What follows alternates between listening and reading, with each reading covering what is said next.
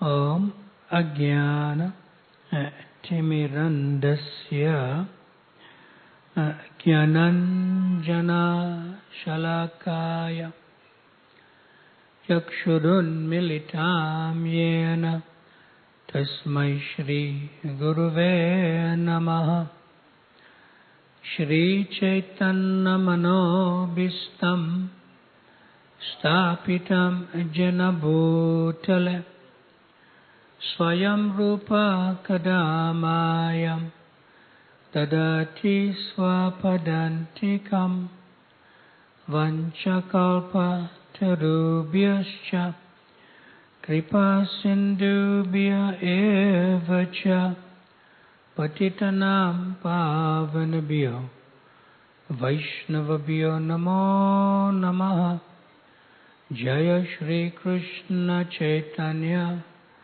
Prabhu Nityananda Shri Advaita Gadadhar Shrivasadi Gaura Bhakta Vrinda Hare Krishna Krishna Krishna Hare Hare Hare Rama Rama Rama Hare Hare.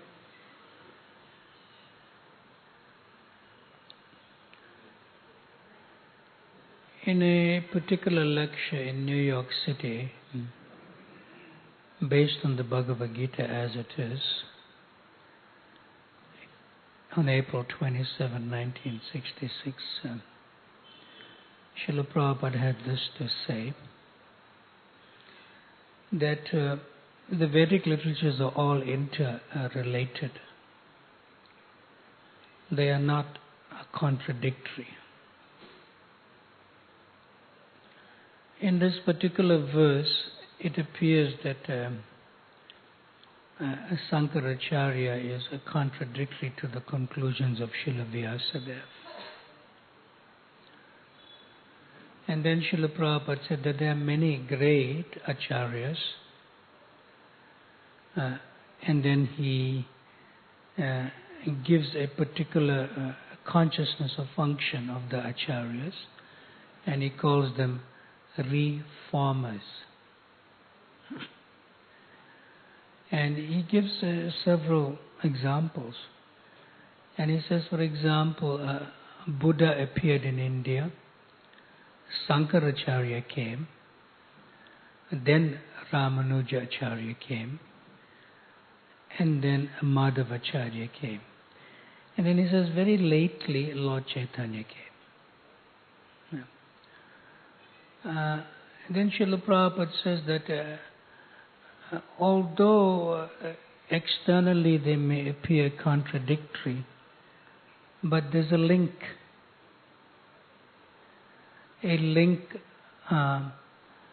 Although superficially we may see Buddha speaking something which is contradictory to Sankaracharya, and Sankaracharya's teachings are quite contradictory to Ramanujacharya, who is speaking something which is also in contradiction to Sankaracharya, as given in the purport here by Srila Prabhupada. So one disciple asked Srila Prabhupada, why these contradictions, although they are all acharyas? Then Srila Prabhupada said there is no contradiction. See?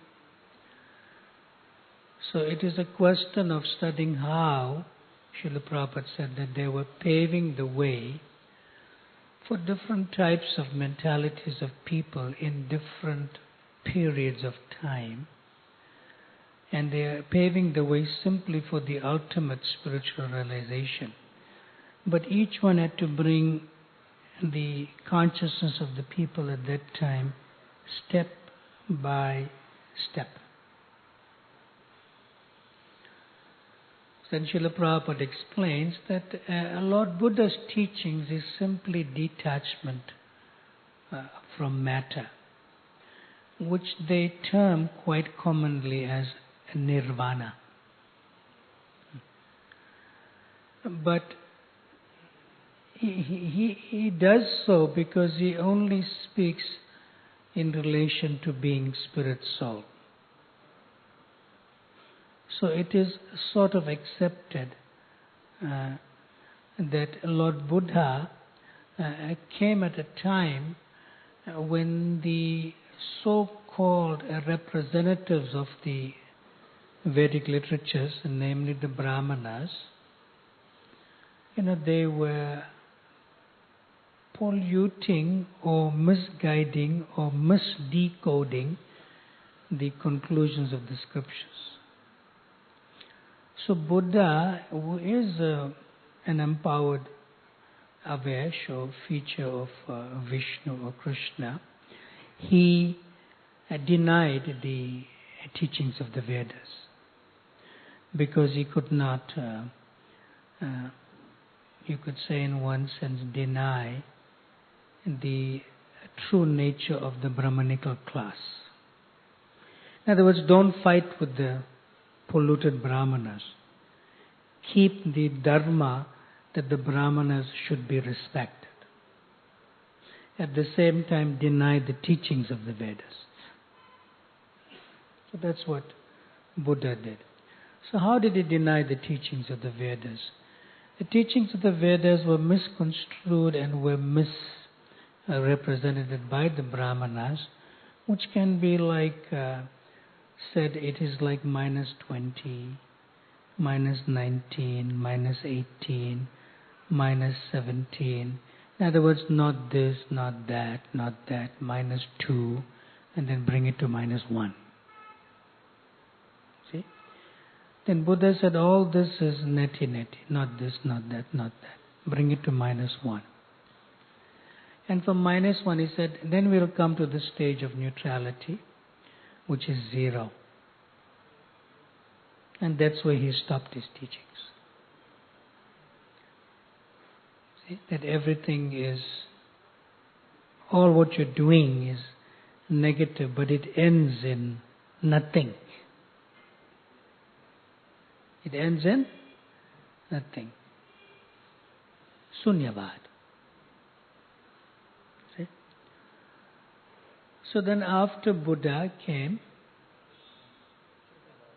Sankaracharya. He said, yeah, Buddha is okay, he's right, that everything ends in nothing. In other words, don't be attached to matter, which is minus, but detach. Detach means cut, come to nothing, 0. But Sankaracharya and Srila Prabhupada also said, Sankaracharya, little more than Buddha. In this particular, Sankaracharya, little more than Buddha. And how? Rejecting matter is not all.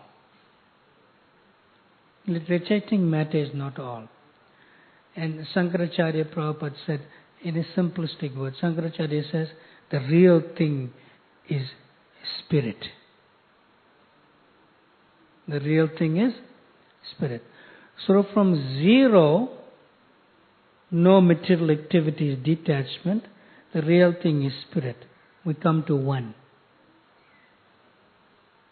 Come to 1. Everyone is 1 in spirit. So therefore Srila Prabhupada said, no contradiction. No contradiction. Everything is 1 in spirit. But when they take Sankaracharya's teachings of saying everything is from 0, nothing material, detachment, nirvana, and then you come to 1 in spirit, people form that as the absolute conclusion. So that is the problem. 1 in spirit, like that. So then came Ramanujacharya, Visheshadrata. That everything is one word and different from.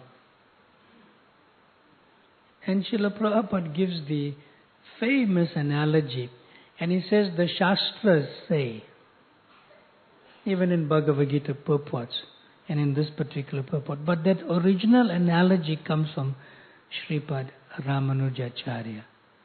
The green bird entering the green tree comes from Ramanujacharya. Prabhupada quotes that so often. Yeah.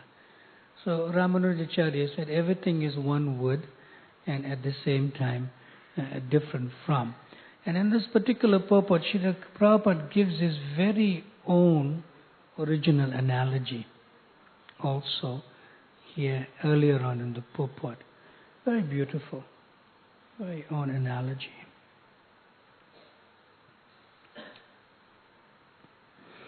I'll read it for you. In relation to supporting Ramanujacharya, Srila Prabhupada said that a person can create many things by the transformation of his energy. For example, a businessman transforms his energy by establishing many big factories or business organizations. Yet he remains a person, although his energy has been transformed into these many factories or business concerns. Nice. Original analogy by Prabhupada. And then Srila Prabhupada gives his own original analogy, which I read in the purport. To give another analogy, an animal that enters the forest keeps its individuality, although apparently the beast merges with the forest. So Srila Prabhupada gives this origination of his own analogies also. Now, Ramanujacharya, one wood in different form. So he sort of originally gave the philosophy of Achincha Bheda, Abheda, Tattva, but not in a very pronounced way. Still, despite that, many impersonalists started, you could say, propagating the partial understanding of the absolute truth in relation to the philosophy of Sankaracharya. All is one. See? Another form of atheism, Srila Prabhupada says. Then after Ramanujacharya, Srila Prabhupada says that Madhavacharya appeared. Isn't that famous? Huh? There's not only one, there's two. So he made it super clear. The subordinate soul and the supreme soul. So zero of Buddha to one of Sankaracharya to the introduction of the Lord and his energies as different from and one with Ramanujacharya. But Madhavacharya made it one and two. One and two. Yeah. Then Prabhupada said, lately, Sri Chaitanya Mahaprabhu appeared. And he says, yes, there's zero, there's one and two, and there's 1, 2, 3, 4, 5, 6, eternally. Gopi Bhatta Pada Kamalayo, Dasa Dasa Anudas. Yeah. So Mahaprabhu supported Madhavacharya. Mahaprabhu supported Ramanujacharya with Achincha Bheda Bheda Tattva, energies and source of energy. And he supported Sankaracharya as well as Buddha and brought it back to the original teachings of the Vedic literature. Srila Prabhupada says a very nice thing. It's quite interesting here. Srila Prabhupada says,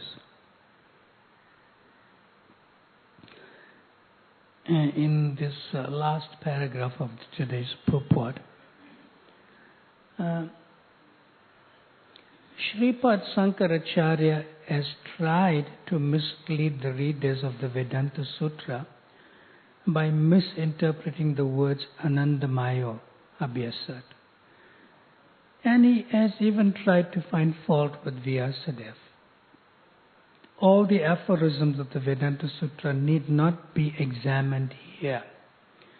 However, since we intend to present the Vedanta Sutra in a separate volume, so Srila Prabhupada intended to translate the Vedanta Sutra. And he did. And he? Which is that book? Huh? Bhagavad Gita. Yeah. What is the first aphorism of the Vedanta Sutra? Janmadi Asya Yataha. And what's the first verse of the Srimad Bhagavatam? Starts with that aphorism. Janmadi Asya Yataha. Vyat Itarashus. What? Abhigyana Swat Tena Ride Brahma Ride Adhikavaya. Yeah. So that is the Vedanta Sutra. And Prabhupada did mention also as, complementing Radha Gopinath Prabhu's point that the feature of the Vedanta Sutra is the commentaries of Srila Prabhupada in the purports in Bhagavad Gita as it is also. Because it's mentioned about Vedanta Sutra in the Bhagavad Gita too. So that's also supported there. And the claim of the Vedanta Sutra is Shri Chaitanya Charitamrita. All of Prabhupada's translations are the Vedanta Sutra. Veda means knowledge, Anta means conclusion. And Sutra means it's given in a precise form. Not lengthily, in a precise form. Yeah. In another lecture, Srila Prabhupada, this is in London in July 28, 1973. Probably our Rasa Mandala may have been present there. Right? At this particular lecture. Yeah. And Srila Prabhupada says, there was one very poor disciple. You may know this history, but hearing it from Prabhupada, it's pretty special. Yeah. So there's one poor disciple of Ramanujacharya. So Ramanujacharya came to this disciple's home and he saw there was no one in the home. Yeah.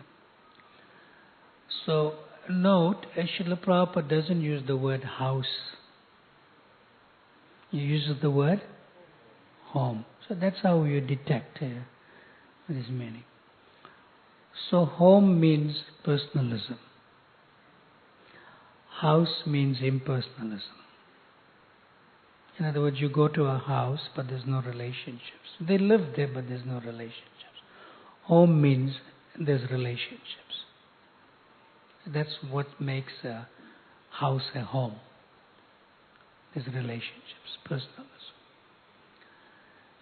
And the special personalism Prabhupada is saying here is that when you go to the home of a devotee householder, you must be fed. You must be fed. Offered some prasad. Yeah. So when Ramanujacharya came to this poor disciple's home, at first he thought there was no one at home, and he was a little bit confused. Why is no one at home? Actually, in a home there should always be somebody. Because, it's atiti bhav.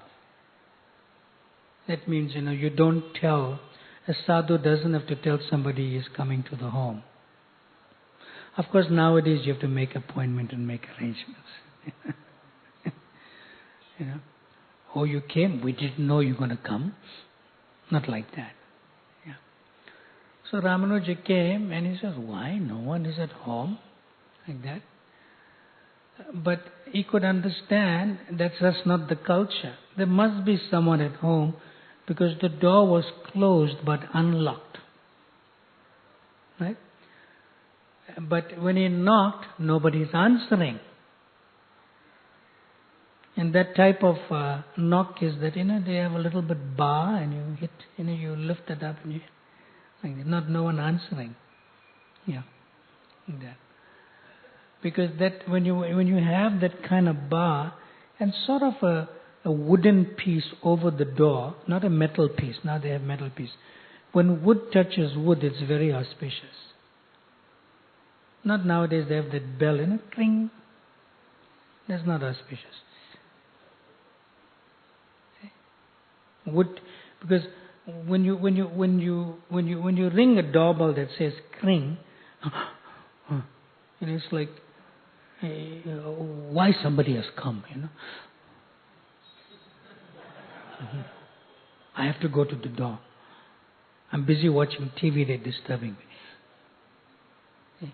But with the wood, when wood, like a sort of a semicircular piece of wood, when you lift it up and you hit from the hinge onto the door, it's very auspicious. But nobody answered. See? But Ramanujacharya could understand that someone is there, like that. So he again knocked the door. There was no response. But knocking, that the wife was in there, it means that maybe she's in there, but she is embarrassed to expose herself. Why? Because he couldn't even afford clothes. Couldn't even afford clothes. So Ramanujacharya took out his chadda and he pushed the door a little bit and he gave the chadda. She pulled the chadda, she clothed herself, and then she opened the door. Like that. So then she offered obeisances, but Ramanuja could understand that the position, that they were so poor, couldn't even afford clothing for the wife. Like that. And even the sun could not see her. Even the sun cannot see her. A very chaste woman, she must not be seen in the light when she doesn't have clothes on. Like that. Even the sun, she will always draw the curtains and live inside. Even the sun's rays cannot see her. It's like that.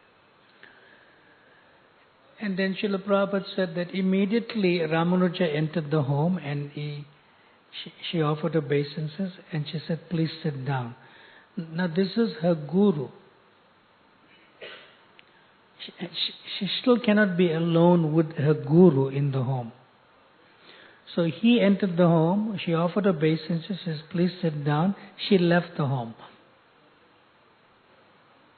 with that chadda over. Like that. Very significant. Normally when you take any paraphernalia that is worn by the spiritual master, it is worshipable. You put it on the altar and you do arti. See? You do arti. What did she do? Prabhupada said she covered herself. She used it in a practical way. Covered herself, yeah. And then she went to the grocer man. Prabhupada said, grocer. Like grocery shop, grocer man. And that man had some inclination to enjoy with her. For a long time. Like that. But she knew that. He didn't say it and neither she told him that she knew. She understood by energy. Like that, the grocer man. Yeah. She said, I'm very poor, but I immediately require some grains and some vegetables and some salt and everything, and we don't have anything at home. He asked, why? My Guru Maharaj has come. I have to cook for him. And then he asked, what's the payment? She said, what's the payment? I'll come tonight. He said, okay. So she took all the ingredients for cooking. And when she entered the kitchen, it's like another area of the home. So Ramanuja was in the front area of the home, see, and she went to another area of the home and she bolted the door from the inside. See? And she prepared nice foodstuffs for her Guru Maharaj. And after it was ready, she unbolted the door, she left all the foodstuffs, and Ramanujacharya had to feed himself, because she has that kind of mood, because husband is not at home, his disciple. Yeah. So when the disciple came and he saw that his wife was very nicely served Ramanujacharya, he asked, how did you get all these things? We can't afford. So she explained the whole thing to the intention of the grocer. Like that.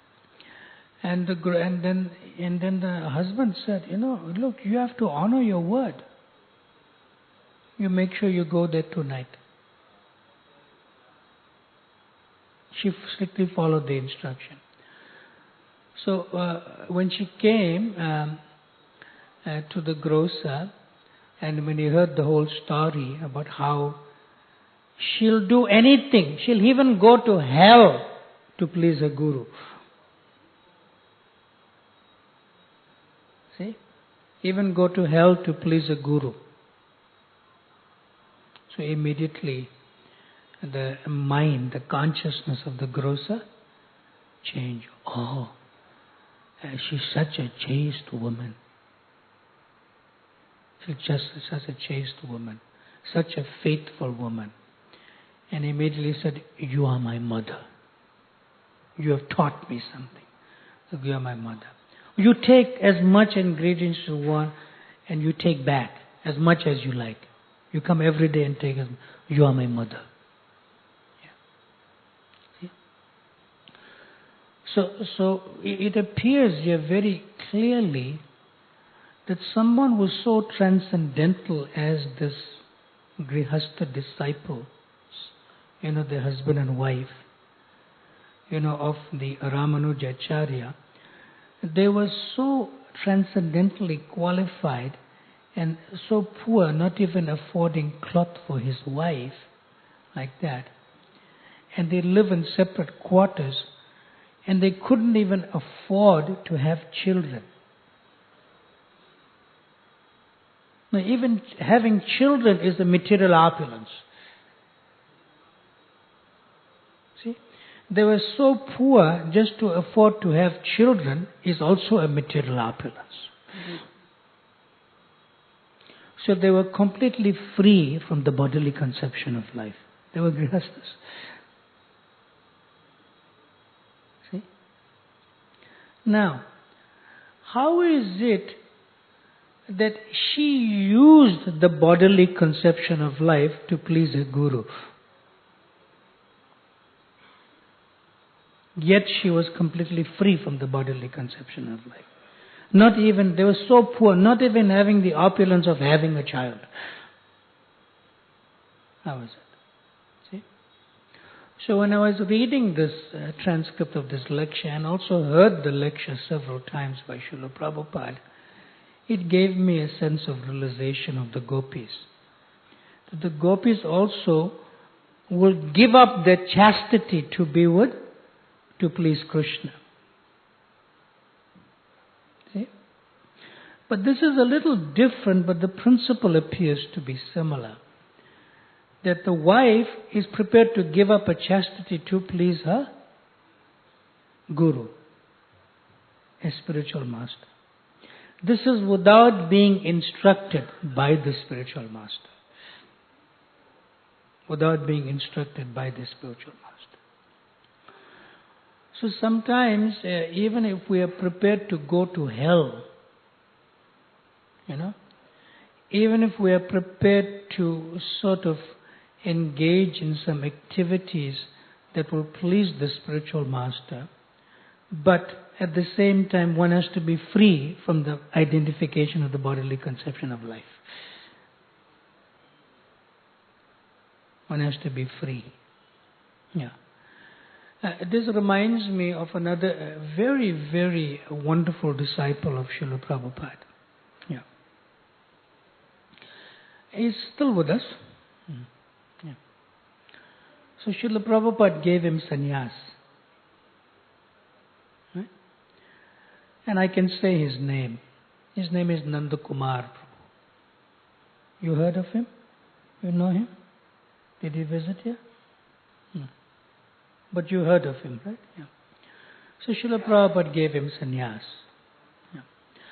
But for some reason or the other, he could not maintain his sannyas. At the same time, he wanted to please Srila Prabhupada. He wanted to please Srila Prabhupada. Yes. This is during Srila Prabhupada's time. Okay. So he approached Srila Prabhupada and he said, I know you gave me sannyas, but I'm feeling I'm not rightly situated. So can I get married? Okay. Okay. So immediately Srila Prabhupada, Srila Prabhupada said something that the scriptures say, which is called Vadantasutra. You know what's Vadantasutra? What? You eat your own vomit. If a sannyasi leaves his ashram and goes and gets married, you're eating your own vomit. Very heavy. Srila Prabhupada said, despite this injunction of the scripture that when a sannyasi changes his ashram back to grihastha, it's as if you're doing this, eating your own vomit, like that. He said, but still you will be okay. Like that. See? So then he asked Srila Prabhupada, how is that? That you are blessing me to leave my sannyas ashram and enter into the grihastha ashram? Srila Prabhupada said something to the effect like yes and no. He said, you are transgressing dharma. At the same time, you still want to please me. At the same time, you still want to please me. So therefore, it is okay. It is okay. Now just see how a person like Sripad Madhavendra Puri enshrines the principles of dharma that is beyond dharma, and he can make an adjustment. So Srila Prabhupada follows on the footsteps of Sripad Madhavendra Puri. See? Then he asked Srila Prabhupada, what is the lesson to learn? Then Srila Prabhupada said something to the effect that you are entering the grihastha ashram to please me. Right? But as a sannyasi, you're not able to please me. So the principle is to please the spiritual master. And the practicality may vary from circumstances of where you're at. See? And then Srila Prabhupada also said, your example will be a precedent and set an example for others not to just accept sannyas like that. So you are the example for us in ISKCON. Sthane sthite. You know what that means? You stay in your ashram and you make spiritual advancement and still please the spiritual master. See? So when I heard this anecdote, like I'm paraphrasing in my own words for the lesson to be learned, then I thought, that's quite amazing. That's quite amazing. And it is also supported by Srila Prabhupada here in the Bhagavad Gita. Here we are.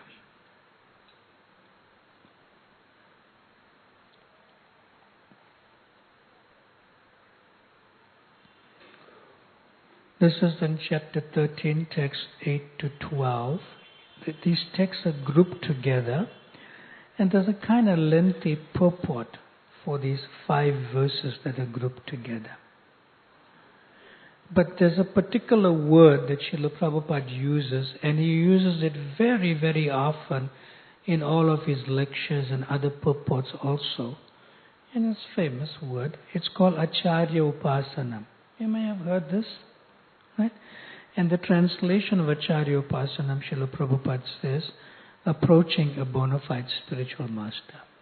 And in the purport to Acharya Upasana, Prabhupada says as follows: as for acceptance of this spiritual master, that is essential, because without the instruction of a bona fide spiritual master, one cannot progress in the spiritual science.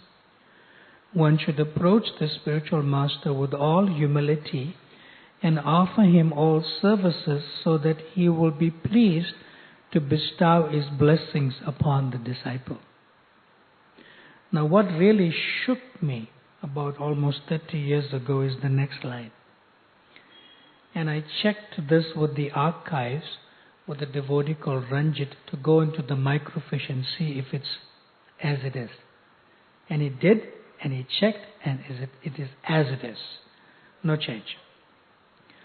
So this is the line. Because a bona fide spiritual master is a representative of Krishna, if he bestows any blessings upon his disciple, that will make the disciple immediately advanced without the disciples following the regulative principles. Crystal clear. Then the next line is a different or. Or means a separate line. Or the regulative principles will be easier for one who has served the spiritual master without reservation. See? So here's a disciple of Sripad Ramanujacharya in a woman's body, completely transcendental, not even having the opulence of children. Is ready to break the regulative principles to please a guru. But here Srila Prabhupada says slightly differently that you have pleased me so much, but now you're not following the principles properly. But because you have pleased me, I will still bless you even if you're not following the regulative principles. See? So what does this mean? This simply means that many people in the world, including to an extent practicing devotees, they may engage in some illicit sex life or meat eating or gambling or intoxication, alcohol and so forth, drugs. They may do that. Yeah. See? So Srila Prabhupada terms them, he gives a term. He calls it fallen devotee. He calls it fallen devotee. He may be fallen, but he's still a fallen devotee. Yeah. And Srila Prabhupada in Nectar of Devotion, translating Bhakti Rasamrita Sindhu into Nectar of Devotion, an original verse of Srila Rupa Goswami, because I went to the original verses to see it's like that. Yes. And Srila Prabhupada said sometimes, not all the time, but sometimes it is better to associate with a devotee who's fallen than a perfect non-devotee.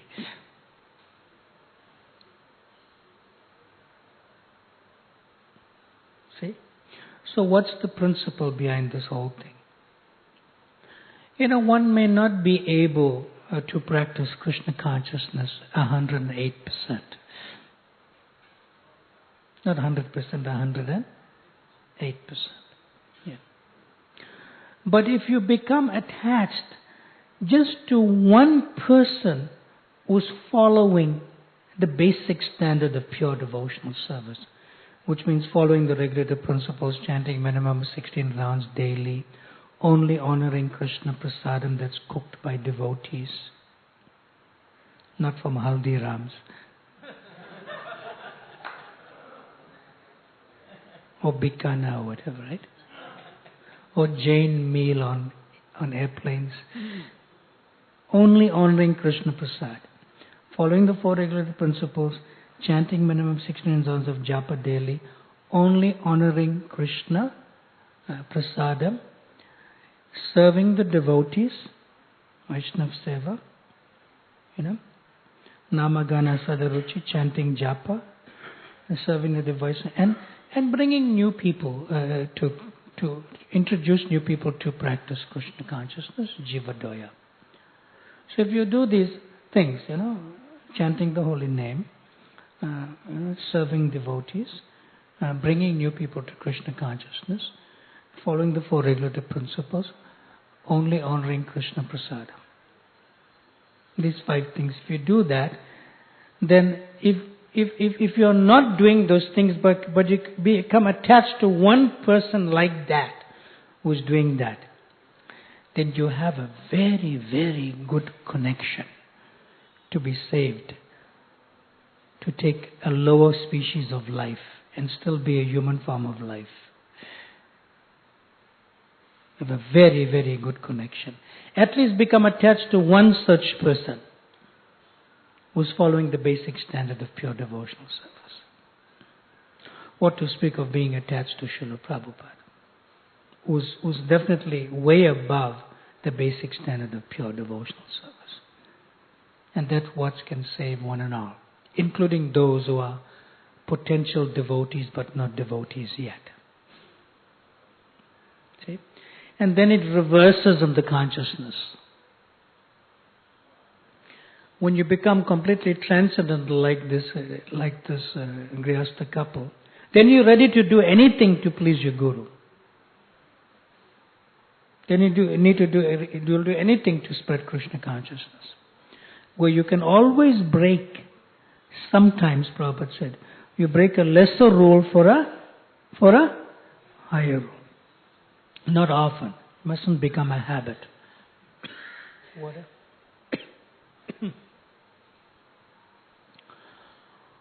All right. We can take some comments from Rasa Mandala Prabhu and Radha Gopinath Prabhu before we take some questions. So please share your wisdom with us.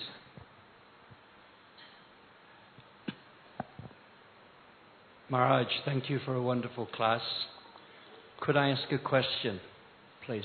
Or a second question?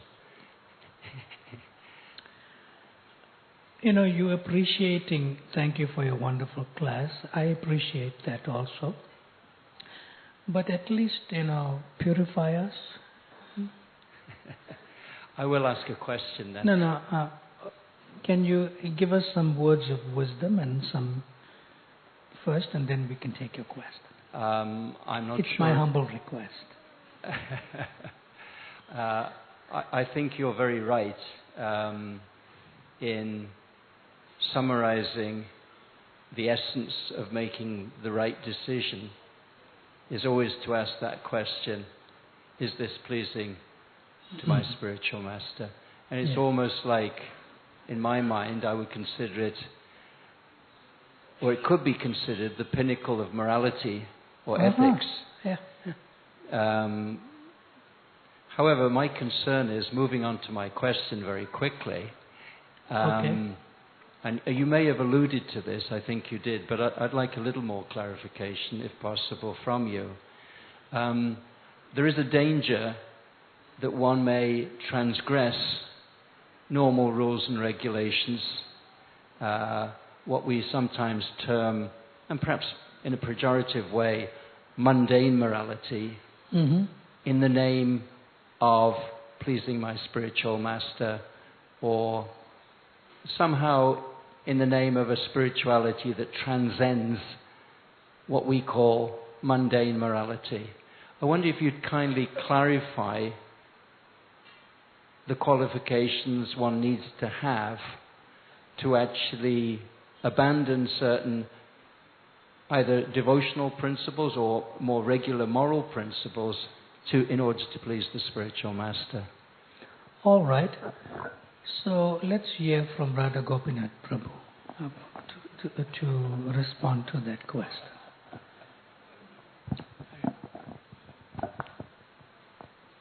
I'll leave the question to you, but I'll just... I was just thinking how this disciple by that service attitude, imbibed the mood of Ramanujacharya, who was ready to go to hell also to serve his Guru and spread the holy name. We were discussing about the aim of Shastric study, and there we talked about mood and mission. And there's only one mission and there's only one mood. The mission is the Lord Himself comes to take everyone back home, back to Godhead. That's the only mission. And the mood is... Or the Lord representative comes. Yeah, or even the Lord Himself comes. And His representative. Yeah, along with His representative. And the mood is ready to go to hell. The Gopis were ready to go to hell by giving the dust of their feet to relieve Krishna's headache. Headache was the mission. Yes. And they were ready to go to hell. Haridas Thakur went through hell to actually, literally went through hell to spread the mission of Lord Chaitanya. And Srila Prabhupada says in one purport, just to complement what you're saying, and he said, and my favorite example is Lord Jesus Christ. Prabhupada says that in the purport in Bhagavad Gita. My favorite example is Lord Jesus Christ. Exact words. I can show you in the 11th chapter of the Bhagavad Gita. Go ahead. So I was thinking the mission is the headache, transcendental headache of the Lord. Yes. How will all the suffering souls be delivered? Yes. And the mood is to relieve that headache, you're ready to go to hell. Yes. So how even Bhaktisiddhanta Thakur had a headache. How will it spread all over the world, this new mission? Yes. And Prabhupada was ready to go to hell, leaving Vrindavan and going to New York. Yes. So, I think this is in parampara. Ready to go to hell to fulfill the mission. Hare Krishna. Thank you very much. So, I'm going to make a statement to Rasamandala Prabhu's question, and then he can elaborate on that statement. Right? So, Rasamandala Prabhu, I'm going to ask you a question which includes that statement, so that you can answer your own question. Is that okay? Yeah. So how do we follow the spirit of the law and not the letter of the law? That's my question. Which is the answer to your question. You follow the spirit of the law, but not the letter of the law. Please. You want me to answer my own question?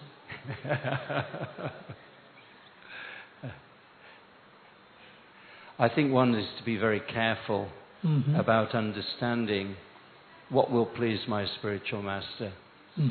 Can I give you an example, if I may? I was once giving a course, an educational course, teacher training course, in which one devotee, well, all the devotees, I very much value, and I think it's a Vedic principle, commitment.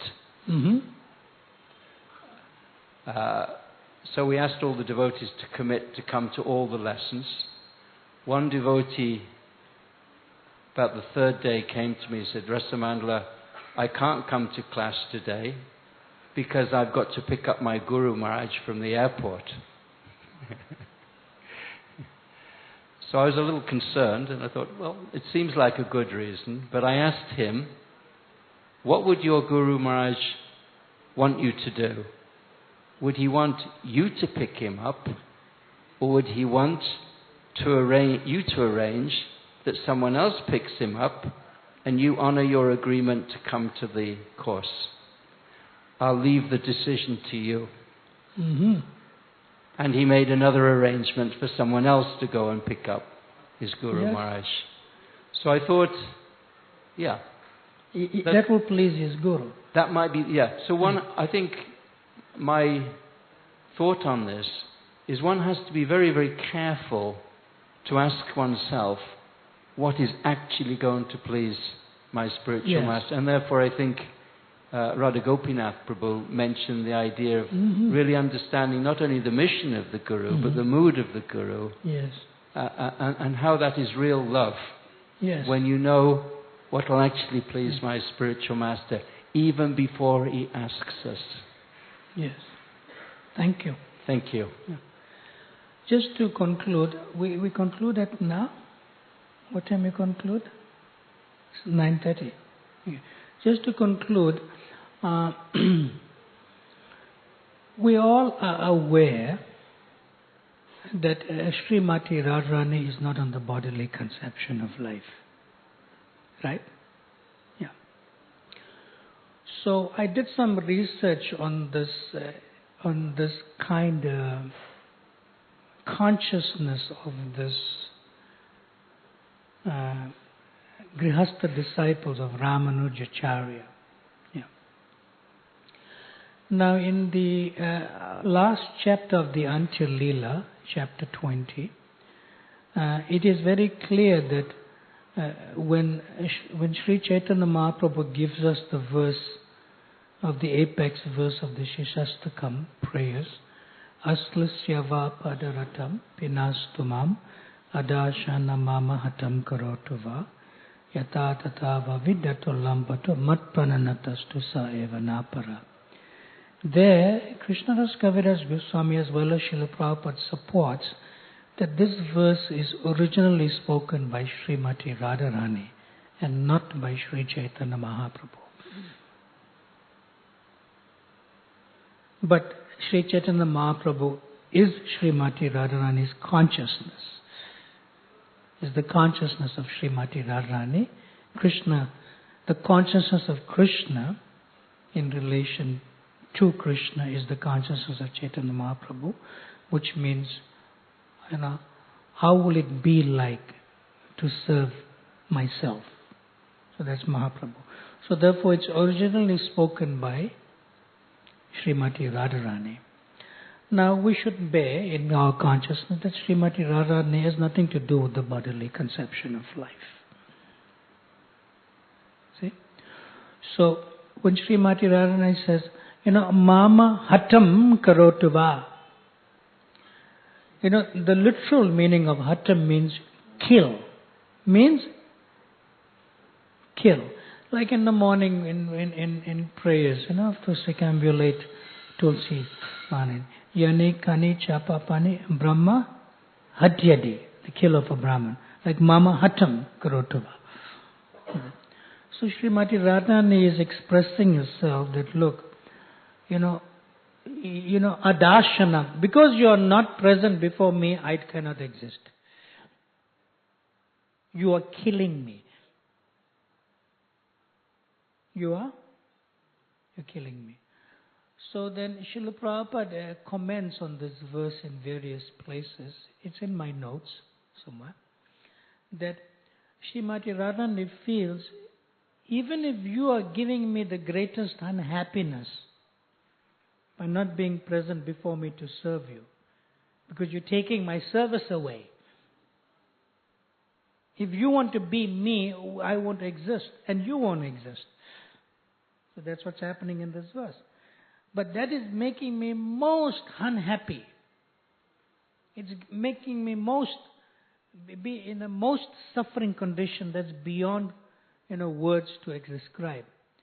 So you're making me suffer, you're making me unhappy, you're making me depressed, you're making me stressed.